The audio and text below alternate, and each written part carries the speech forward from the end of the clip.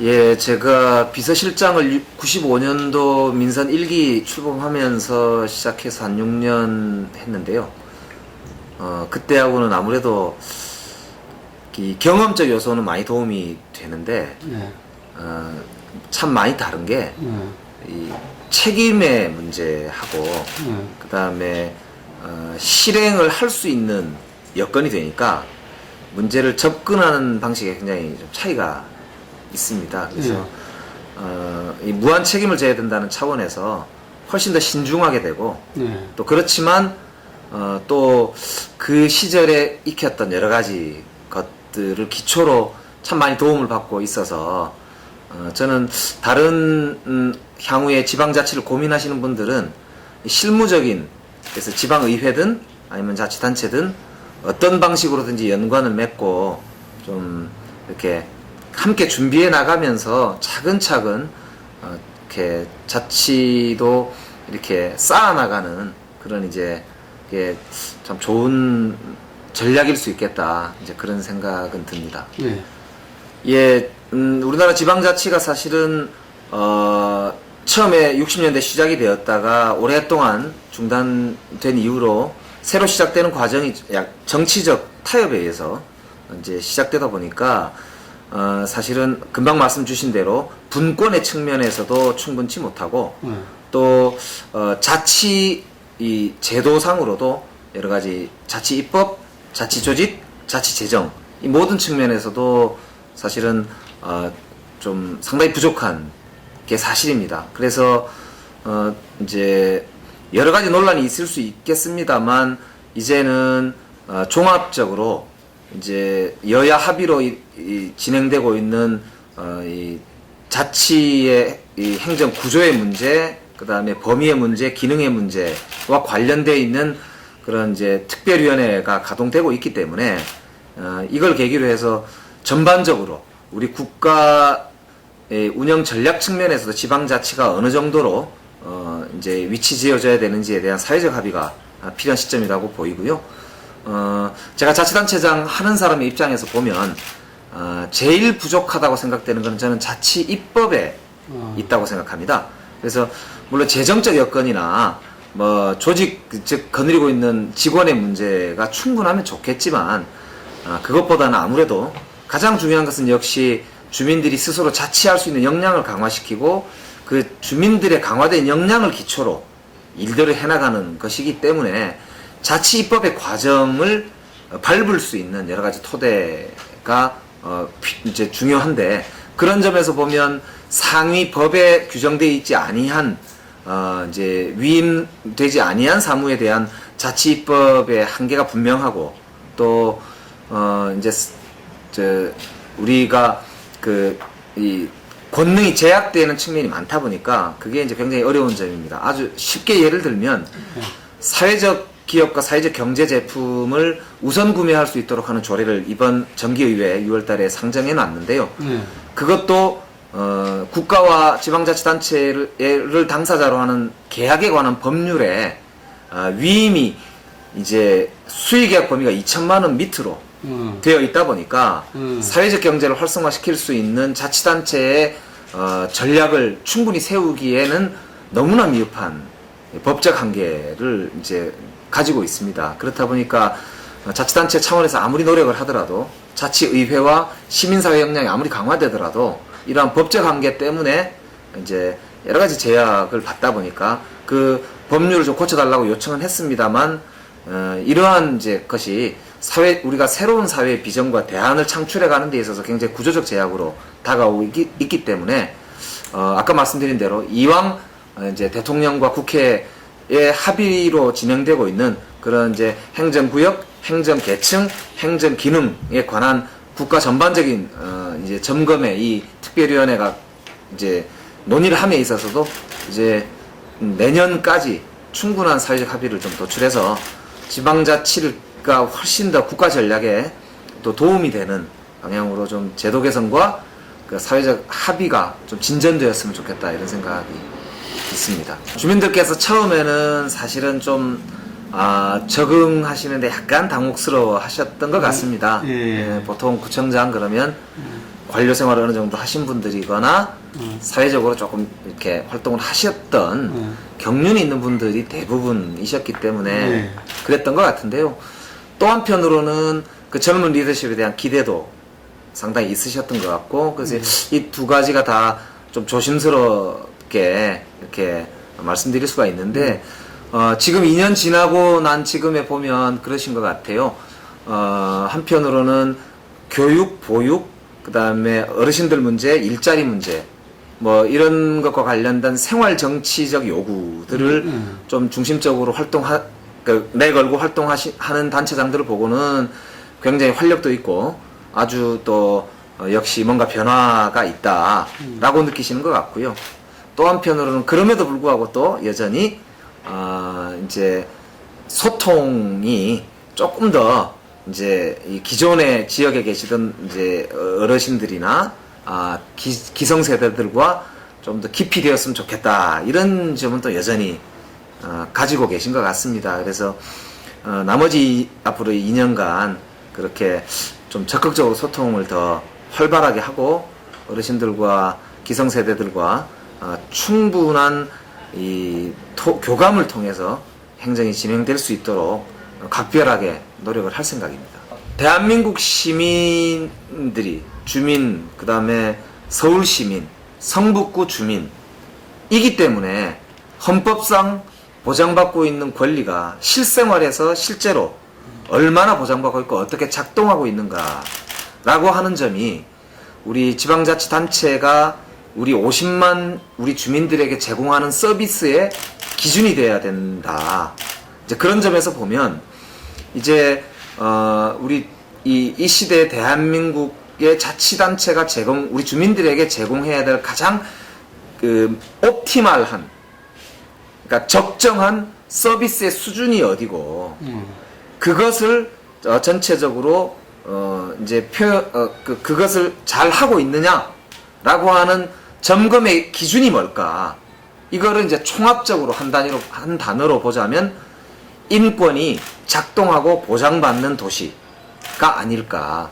그래서 인권이라는 말로 우리가 이제 아까 말씀드린 성북 구민이기 때문에, 서울 시민이기 때문에 우리 주민들께서 보장받고 누려야 할 권리, 그리고 우리 자치단체 입장에서 보면 보장하고 제공해야 될 서비스의 양과 질의 기준을 좀 점검하고, 그것을 지금 되고 있으면 되고 있는 것과 안 되고 있으면 안 되고 있는 것의 수준과 원인을 따지고 그것을 이제 계획적으로 이렇게 장기 비전을 보고 실현할 수 있는 계획을 세우는 것, 그것이 현재 자치단체로서의 성북구가 해야 될 아주 중요한 과제이겠다, 이렇게 이제 설정하는 프로젝트가 인권도시 성북 프로젝트가 되겠습니다. 그래서 다른 구에서도 뭐 주민들과 관련한 여러 가지 이제 수요 조사나 뭐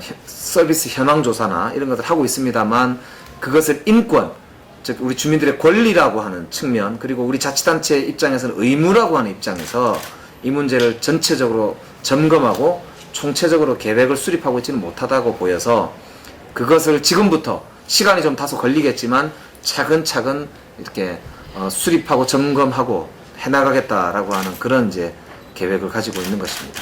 예, 지금 이제 우리가 인권도시 추진을 위해서는 일단 가장 중요한 게 우리 공직자들 내에서의 준비 주체를 세우는 것이고, 그 다음에 민관과 함께 할 수 있도록 이제 민간 역량과 함께 거버넌스 형태를 구축하는 것일 것이고, 그 다음에 이걸 위한 법 제도적 이제 뒷받침을 하는 것일 것이고, 그 다음에 이걸 추진할 수 있는 사업 계획과 이제 예산을 확보하는 것일 텐데요.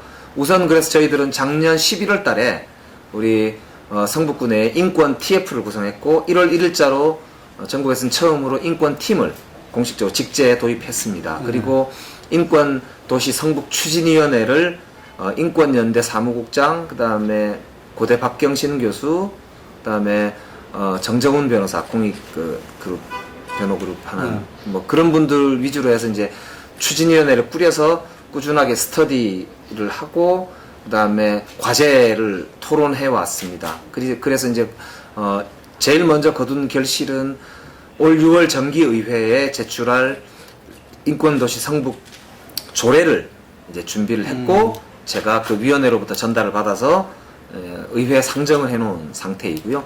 이 조례가 통과되게 되면 올해 5월 달에 시행했던 그 구민인권 아카데미를 하반기에도 또 이제 해서 인권 활동가들을 이제 계속 양성해 나가고요. 그 다음에 분야별 장애인, 여성, 그 다음에 학생, 그 다음에 어르신들, 여성 뭐 이런 분야별 이제 간담회를 추진해서 분야별 이제 과제들을 도출하고 동시에 거버넌스를 형성할 수 있는 주체들을 세워나가고요. 그 다음에 아까 말씀드린 인권 아카데미를 이제 분야별로 더 확대해서 분야별로 주체들을 확보해 나가는 그런 이제 과정을 하반기까지 거칠 생각입니다. 그래서 2013년도 초에는 인권 증진 기본 계획을 용역을 통해서 수립을 하고 그걸 기초로 이제 5개년 계획과 같은 이런 장기 계획을 세워서 이제 이 체계적으로 일을 진행을 할 것이고요. 이런 인권 활동가와 사업계획 예산들을 한 2년간 이렇게 활동을 하게 되면 2014년도에는 인권센터를 우리 성북구에 직속으로 이제 세워서 실제로 이제 작동하고 보장받는 인권 활동이 전개될 수 있도록 하는 기지를 만들 생각입니다. 그래서 전국에서 뭐 11개 정도 도시에서 인권 도시 선언을 했지만 그것이 실제로 이렇게 행정 체계 내에서 작동을 하고 구체적 사업 계획으로 진행이 되고 인권 활동가들이 양성이 되어서 구체적으로 활동을 통해서 이 행정 체계 내에서 이제 작동하고 있는 곳은 사실상 없다고 볼 수 있습니다. 그래서 이제는 우리가 급하지 않게 그러나 따박따박 이렇게 주체를 세우고 내용을 세워서 실제로 우리 분야별로 인권 도시라고 하는 이제 비전이 사람들 속에서 작동할 수 있도록 거버넌스 속에서 운영이 되도록 이런 목표를 가지고 진행을 하고 있습니다. 이 주민들한테 구체적으로 이렇게 제시되는 건 조금 그런 조례라든지 이런 것들 좀 지나서 제시되는 겁니까? 아무래도 그렇습니다. 인권 도시라는 거는 인권을 우리 자치단체에서 국민들한테 일방적으로 시혜적인 것을 베푸는 것이 아니고 권리를 가지고 있는 주체는 바로 우리 50만 국민이고 그분들께서 자신의 권리를 스스로 실현할 수 있도록 우리 자치단체에서 함께 도와주거나 혹은 우리가 행정기관이 의무를 지어야 될 거를 의무를 지겠다는 것이고 또 저희들이 할 수 있는 건 저희들이 하지만 국민들이 스스로 하지 못하는 거는 우리가 그냥 보장해드린다고 해결되는 것이 아니라는 점에서 이제 아까 말씀드린 대로 거버넌스가 중요하고 교육이 중요하고 또 아까 말씀드린 대로 작동하고 보장받는 그 양 측면을 동시에 보는 것이 중요하다라는 점에서 말씀을 드리는 것이고요. 이제 저희들이 우선 시범 사업으로 하는 것은 성북천에서 이제 지금 이제 걷기 좋은 도시를 하면서 여러 가지 뭐 포장도 하고 주변 정비도 하고 있는데 우선 당장 이제 그 엘리베이터를 성북천으로 장애인들이 접근할 수 있도록 그 엘리베이터를 설치함으로써 접근권을 보장하는 사업으로부터 저희들이 할 수 있는 일들은 하나하나 시행을 하게 될 것이고요. 새롭게 지어지는 공공건물의 경우는 여성과 남성의 화장실 비율을 1.7대1 혹은 뭐 조금 더 나가면 2대1로 맞출 생각입니다. 왜냐하면 여성들이 화장하는 시간을 빼고 또 순수하게 화장실에서 머무르는 시간만 1.67대1이라는 연구 보고서가 있습니다. 그래서 그런 면에서 보면 여성과 남성의 화장실의 비율이 한 층당 그렇게 1.7대1 정도 맞춰지는 게 이제 어찌 보면 양성에 맞는 것이기 때문에 그런 기준을 이제 예를 들면 저희들이 할 수 있는 것들 하나하나 도입하면서 이제 바꿔 나가겠다라는 것이고요.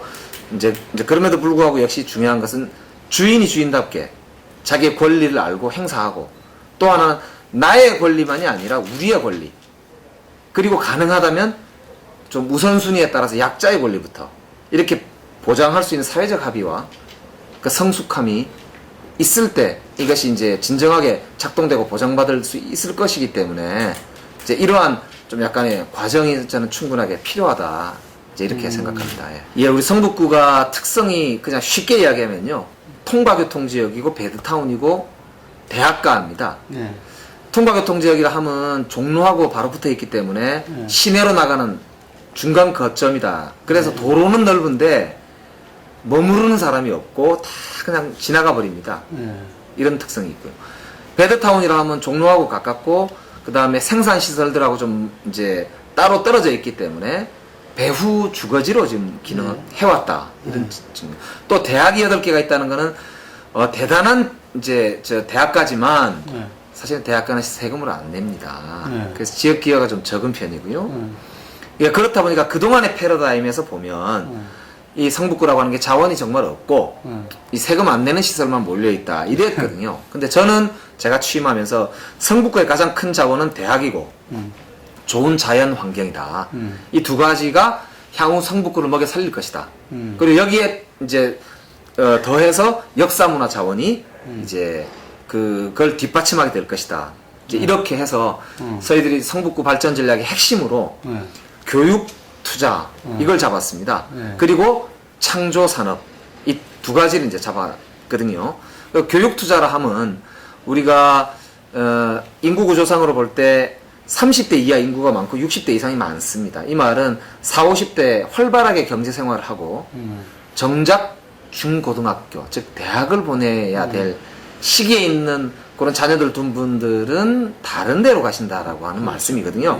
그래서 대학과 연계를 통해서 정말 좋은 교육 여건이 조성이 되고 또 더불어서 이 좋은 대학들과 연계 속에서 우리 아이들이 자람으로써 좋은 대학에 갈 수 있는 희망을 가질 수 있는 구가 된다면 성북구가 굉장히 좋은 구로 각광을 받을 수 있다.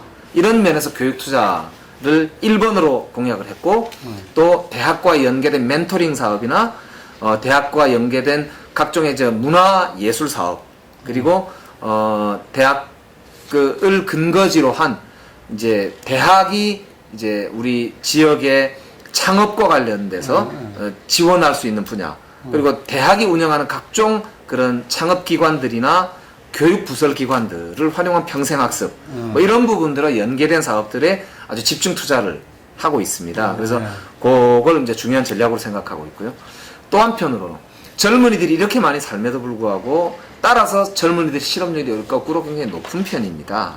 그래서 이것을 창조산업 특구라고 하는 전략을 통해서 문화, 예술, 그리고 미술, 음악, 그리고 이제 요즘 많이 이야기되는 어플리케이션 산업, 그리고 3D 산업, 뭐 이런 분야에서 이제 창조적인 인재들이 클러스터링 될 수 있도록 하는 이제 창조산업 특구 전략을 쓰고 있습니다. 그래서 우선 앱 창작터를 저희들이 전국에서 최초로 직영하기 위한 창작터를 만들었고요. 지금까지 약 10억 원 이상 투자를 했습니다. 그리고 이미 투자 설명회를 6월 8일 날 갖게 되는데요. 아마 대박날 조짐이 한 두세 군데는 보이고 있습니다. 그리고 이미 또 유수한 기업들이 이런 인재들, 즉 어플리케이션 산업이나 이 창조 산업은 가장 중요한 게 인재입니다. 인재를 고르는 것이 중요하지 어디 뭐 테란로나 무슨 이런 인프라가 중요한 건 아니거든요. 그렇기 때문에 저희들한테도 벌써 이쪽으로 이사를 오겠다라고 하는 의사를 타진하고 있는 기업이 몇 개 있을 정도로 좀 클러스터링된 효과가 있고요. 한성대와 서경대가 앱 창작터를 후속으로 만들었습니다. 그래서 KT와 SKT도 적극적으로 저희들에게 이런 아카데미나 이런 걸 통해서 협력을 해주고 있고요. 그래서 이런 것들이 클러스터링이 되면서 동시에 역사문화지구가 지금 성북동을 중심으로 조성이 되고 있고 아리랑길 정릉과를 끼고 있는 아리랑길에 있는 아리랑 시내센터를 중심으로 해서 저희들이 작년에부터 유치한 청소년 영화제, 국제 영화제가 있거든요. 이 영화제와 이 영화 관련 산업들이 이제 또 업체들이 들어오고 있습니다. 그래서 연극과 대학 내에 있는 연극 단체들이 벌써 상당히 성북동으로 와 있고 갤러리들도 지금 여러 개 성북동 들어와 있는 상태이고요. 삼선교를 중심으로 이런 연구예술 단체와 함께 이런 창조적 산업, 문화산업과 창조산업이라고 하는 것이 문화창조산업으로 발전할 수 있도록 하는 토대 구축이 지금 한참 진행 중에 있습니다. 그래서 이런 것들이 젊은이들의 이제 이 열정과 그런 일자리들이 제공이 될 수 있는 토대가 될 것으로 기대하고 있습니다. 예, 사실은 제가 비서실장으로 근무했던 곳이기 때문에 한 절반 정도의 직원들의 안면은 있었습니다. 예. 그렇다 보니까 익숙했지요. 그런데 또 사실은 리더가 돼서 직원들과 이제 소통을 하고 리더와 이제 어찌 보면 부하 직원과의 위계적인 관계도 정립을 하고 동시에 또 어찌 보면 일을 함께 해나가는 공무원 공동체로 호흡한다는 것, 이게 굉장히 쉽지는 않았습니다. 저는 그래서 우선 가장 중요했던 것이 생각의 통일성이 중요하겠다고 싶어서 공부하는 우리 직원들이 돼달라라는 점, 그 다음 토론을 하는 직원이 됐으면 좋겠다.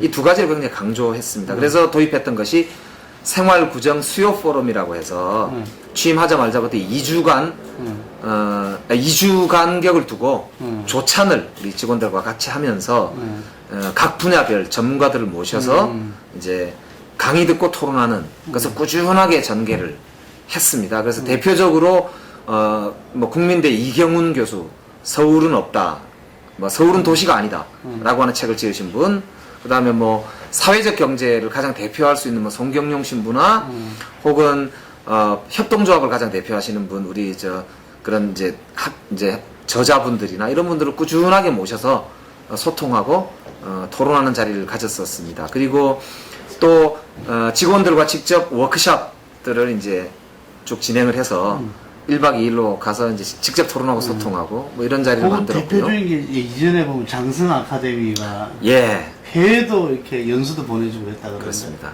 그런 계획도 있습니까? 그래서 우리 직원들 가능하면 해외 연수를 좀 많이 보낼 수 있도록 이제 그동안은 뭐 이것저것 노력을 했고요.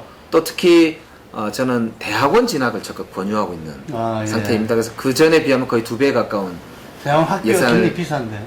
그래도 이제 대학원하고 특별 협약을 해서요. 좀 최대한 뭐 작게 하되 우리 지원은 강화하고 본인 부담은 최소화시켜서 예, 대학원을 진학시킬 수 있도록 그렇게 하고 있고요. 그래서 뭐니 해도 저는 자기 분야의 최고 전문가가 돼야 된다, 공무원은. 그리고 더불어서 소통 능력을 가져야 된다.